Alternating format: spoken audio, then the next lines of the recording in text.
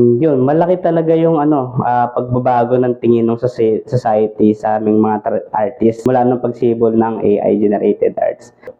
Kumbaga sabi nila mura lang daw pero parang katulad lang nung gawa ng namin. So tulad ng gawa ko na portrait na drawing. We're thriving na hindi makalimutan yung ginagawa namin na mga art. Sa ibang website tulad ng sa DeviantArt na nagkaroon ng issue dati na halos majority ng mga pinopost na artwork dati is puro AI na. Kaya ayun, parang pan-protesta yung ginawa ng ibang artist na iniwan yung website na yun and lumipat sa ibang website. And ayun nga, the worst that could happen kasi is lose control dun sa AI, di ba? Kung titingnan natin ang perception towards sa AI art ngayon, especially among dun sa artist na community, medyo declining siya kasi ang napoportray nito is it makes people rely less on skills and techniques. Kaya parang ang art industry is deemed as something that is declining. Pero kasi ang AI art, meron din tong benefits such as it allows yung mga